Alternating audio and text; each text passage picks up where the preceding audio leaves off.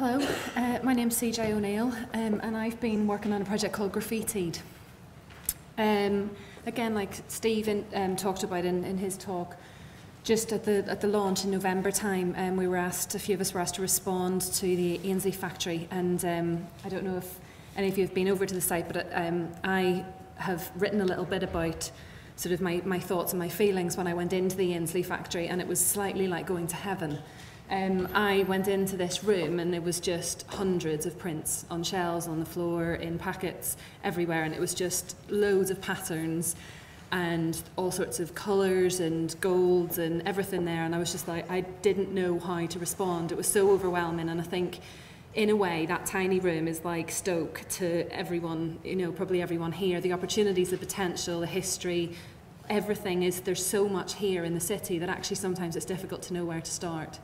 And I suppose what excites me is that all these different projects that are coming out and everyone that's talking about them is the start of this new thing, is what Tom was asking for this morning, and other people were asking for, what are you going to do about, you know, sort of energising and inspiring the new generation, and hopefully these things will.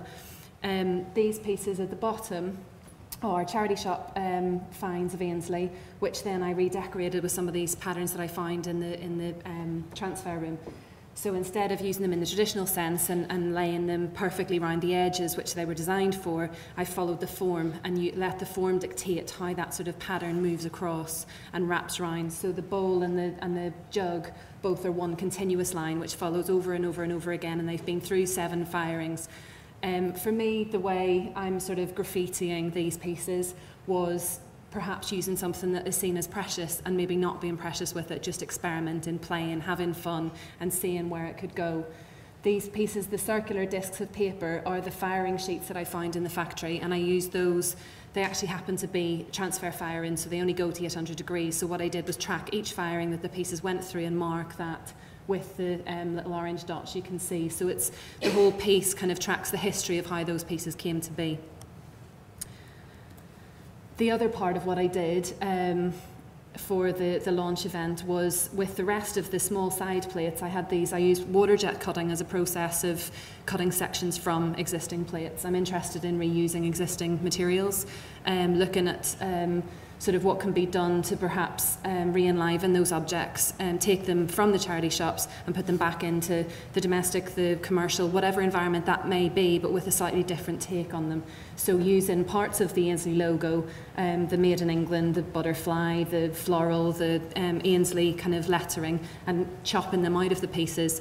Sometimes this provokes negative response. People are saying you're making them useless, but actually in some ways perhaps it's making people relook at objects they have at home and rethink about how these objects could be used. I used them as graffiti stencils and tagged the building with all these different things, so as you came in there was little butterflies, there was something there that perhaps had this sort of intrigue and was a temporary installation, the colours drawn from just the marks that were on the wall already. So I was trying to perhaps make this installation look as if it was put there on purpose, or perhaps it wasn't.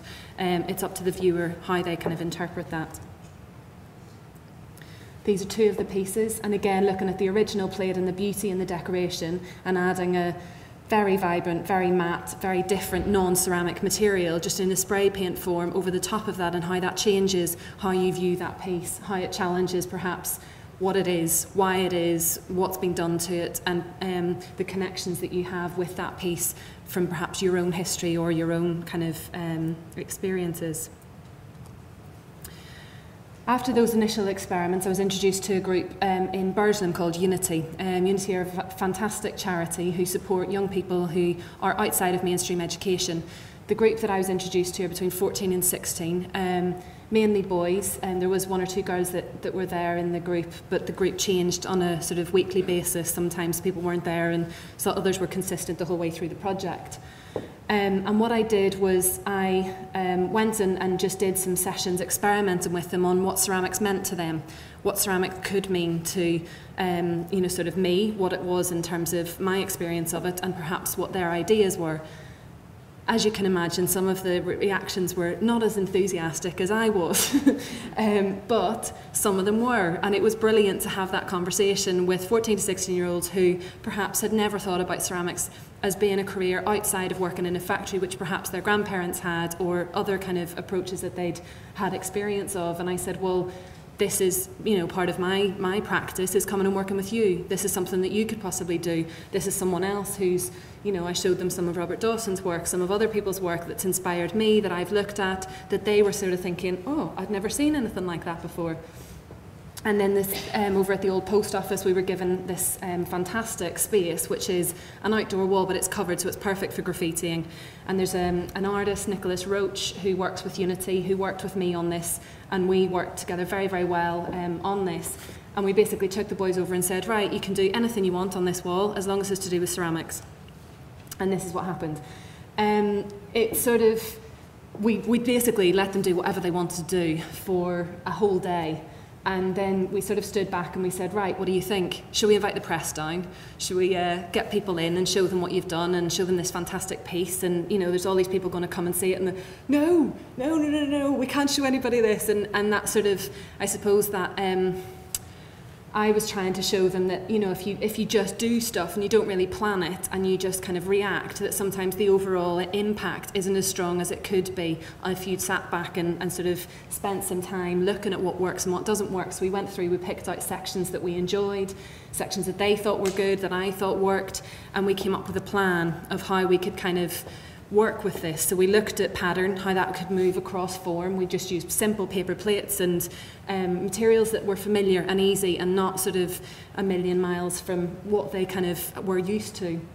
And we just broke that up and saw how an object or a pattern could be broken up across different objects and different surfaces. We looked at some of the fantastic architecture. They're lucky enough to be in the School of Art in Burslem, and we looked at that as a symbol, and we talked about backstamps and what went into a backstamp and what it meant. And they wanted to use this image of the building that they were in, some of the Ainsley patterns that I'd shown them, that I'd kind of become slightly obsessed with, and their logo of the charity. And we came up with a backstamp for them that would symbolise what they were doing and what they kind of had ambitions to be, which was producing fine English creative artwork, in their words. There's different things about the music that they work on, the paint and the kind of creative graffiti and things that they do, and then these patterns from Ainsley. I took them around charity shops in Stoke-on-Trent, and we went and collected all sizes, patterns, forms, textures of these plates, and we put them out on the studio floor, and we looked at how they could fit together, how they could work. We went back over to the space and they scrubbed that wall and painted it until it was absolutely perfectly white. And then we started again, but with a plan this time. So it was kind of done in stages over different weeks, and we were able to kind of do one section and then step back and photograph it and think about what had worked, what hadn't worked. And then what we did was we painted all of those plates white, we put plate hangers on the back of them, and we hung them across the wall, and then started to graffiti across the top of those. So what started to happen was, using these sort of florals, the butterflies and all these different sections from these Ainsley patterns, all these things started to build up across the space. The plates started to sort of disappear into the piece, which was the intention.